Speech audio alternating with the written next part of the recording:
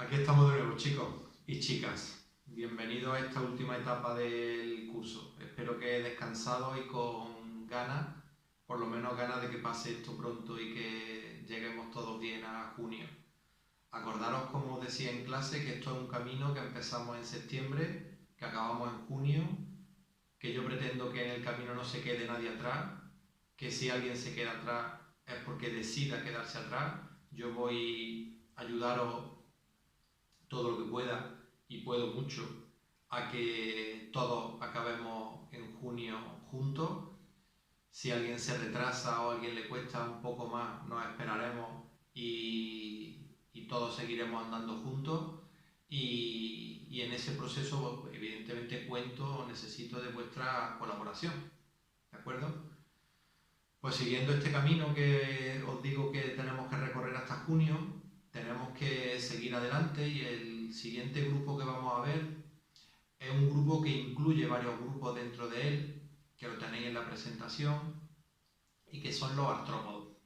Los artrópodos es un grupo muy amplio, con representantes muy antiguos, un grupo en el que tienen seres vivos actuales que prácticamente son fósiles vivientes, o por decirlo de otra manera, hace millones de años, 500, 600, 700 millones de años, ya existían artrópodos, y muchos de ellos similares o parecidos a los que hay hoy en día.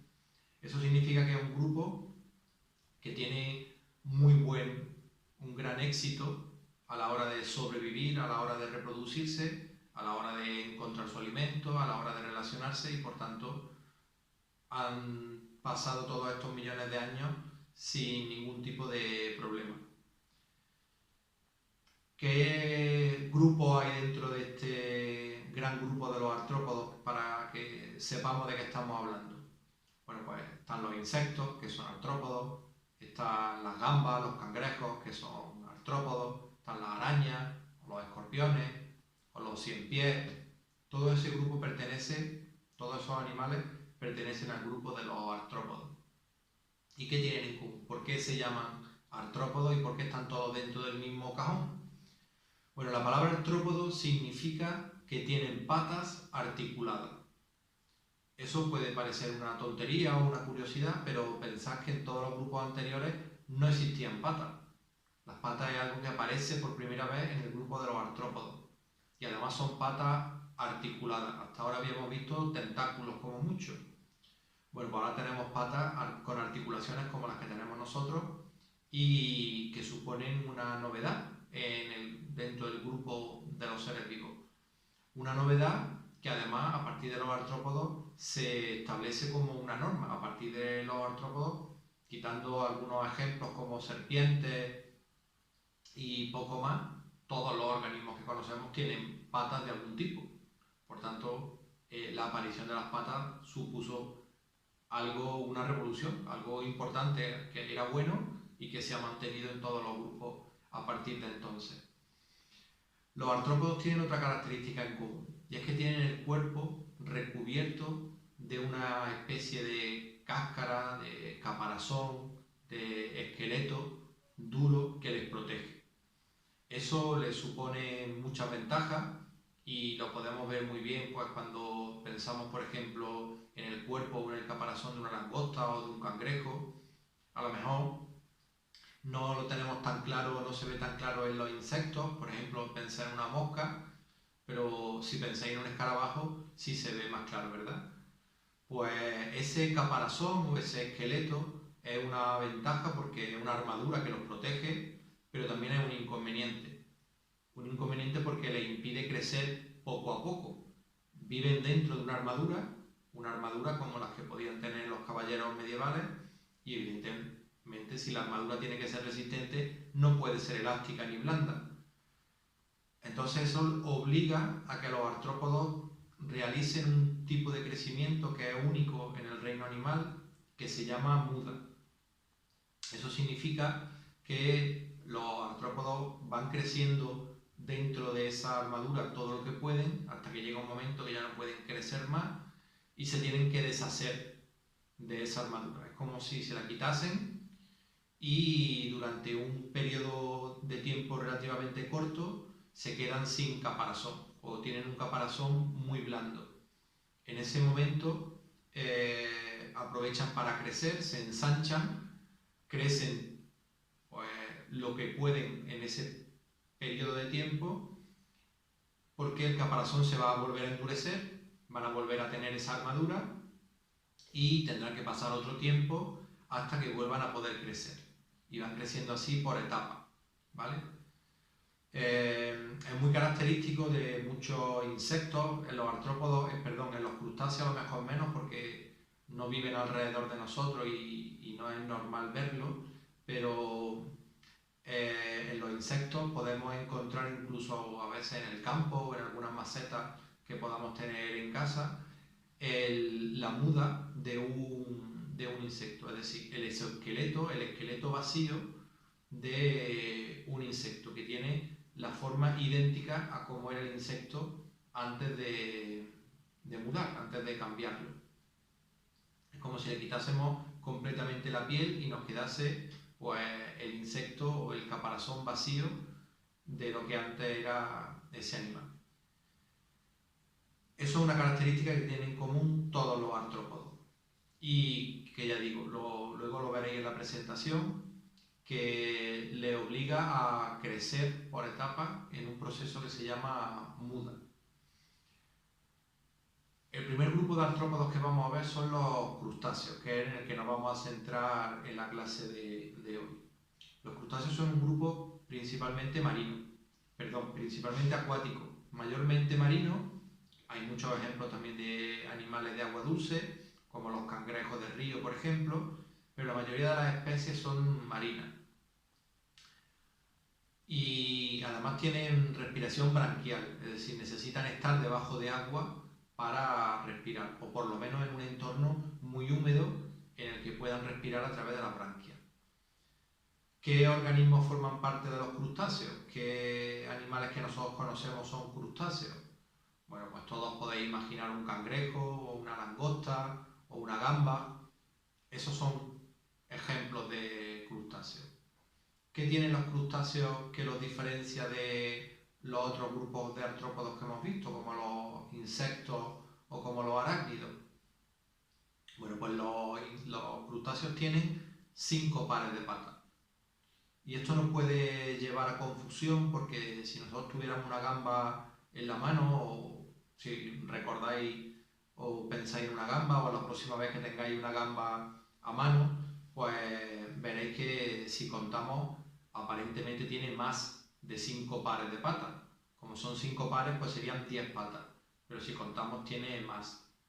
Bueno, eso es algo que vamos a aprender aquí en clase nuevo y que bueno, tenéis que prestarle atención porque cuando diseñemos las herramientas para la evaluación o para evaluaros, exámenes o trabajos en casa o cualquier cosa, estos son los detalles que me demostrarán a mí si habéis prestado atención a las explicaciones, si habéis visto los vídeos, si no, etc. ¿Vale? Bueno, pues los crustáceos tienen 5 pares de patas. Y todo lo que no son patas son otras cosas que no son patas. Pueden ser estructuras que le ayuden a nadar o estructuras que le ayuden a manipular la comida. Muchas están alrededor de las mandíbulas y le ayudan a capturar el alimento o a trocearlo o a manipularlo o a metérselo en la boca. Pero eso no forman parte de las patas, ¿vale? Y además es típico de los crustáceos que de los 5 pares de patas, el que está más cerca de la boca esté transformado en pinza.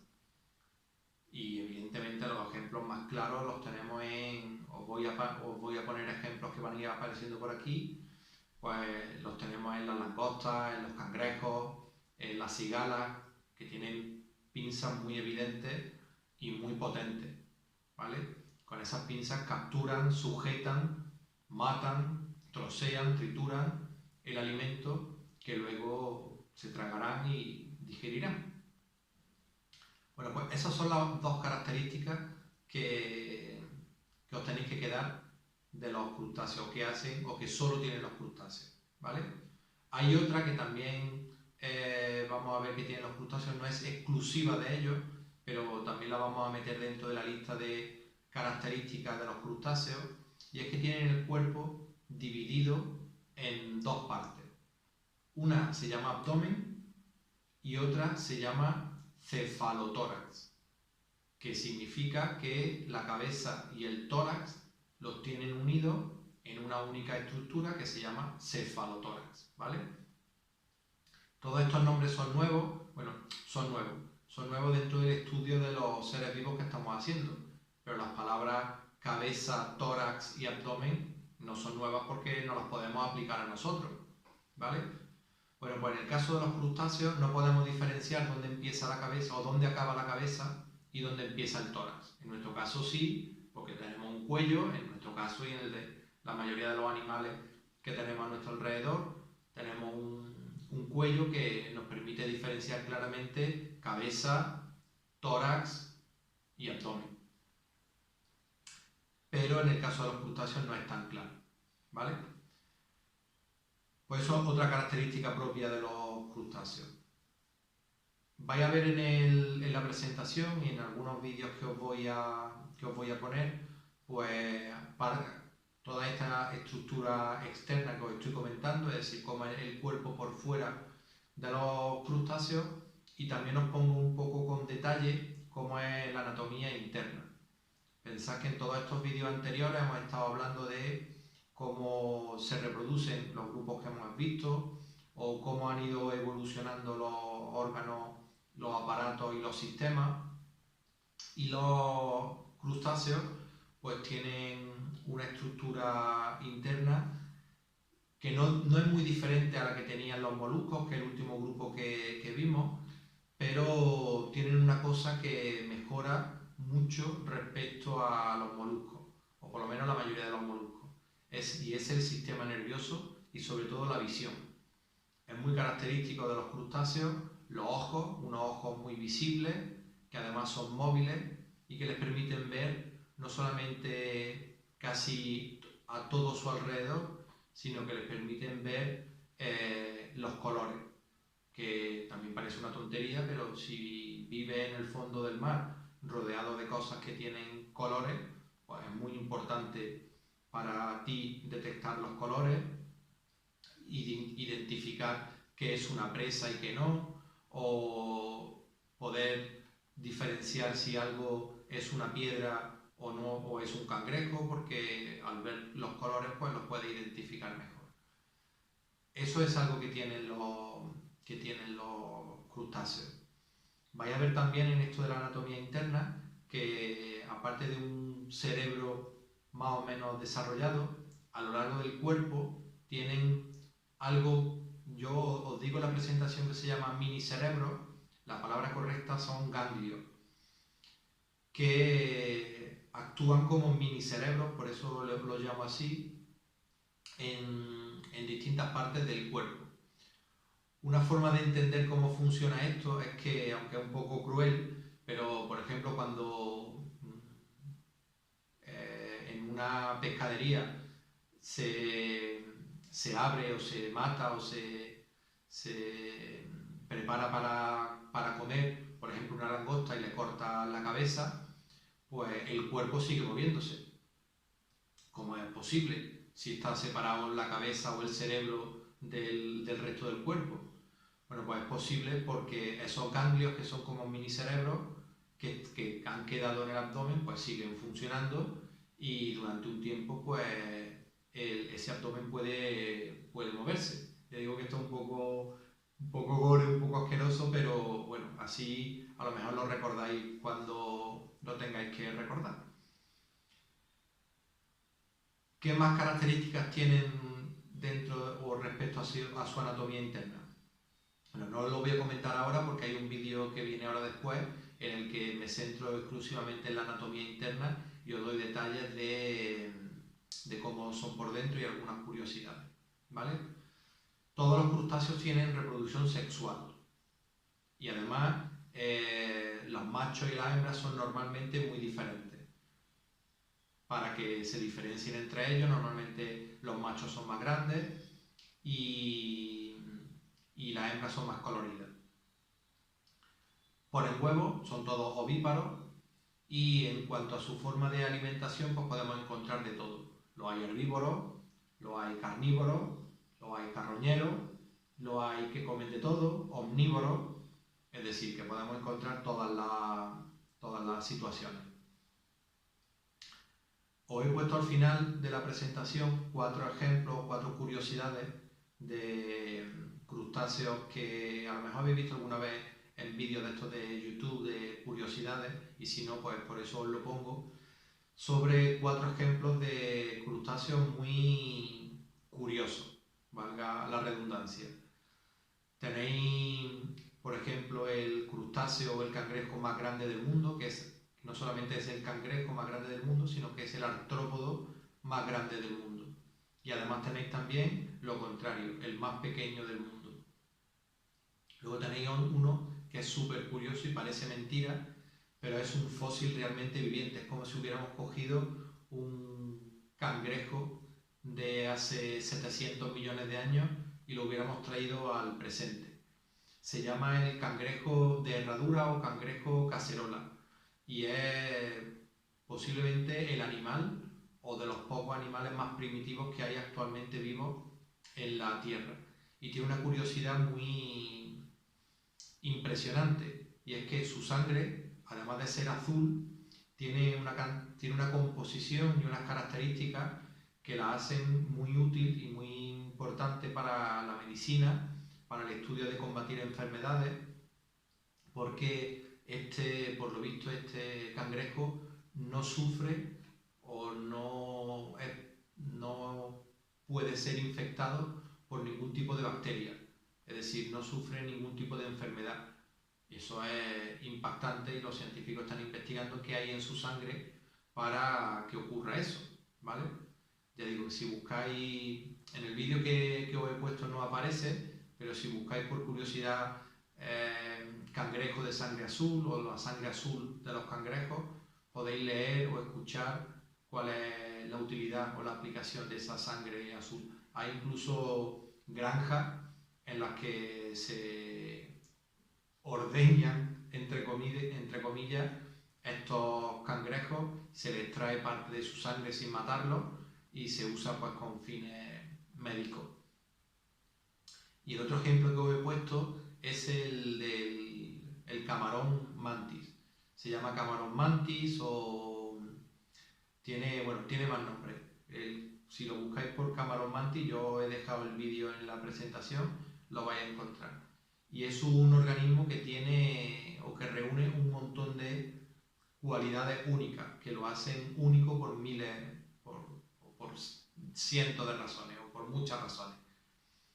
Pero la más espectacular es que en vez de pinzas tiene una especie de engrosamiento en las patas que están más cerca de la boca que le hace parecer que tiene como guantes de boxeo.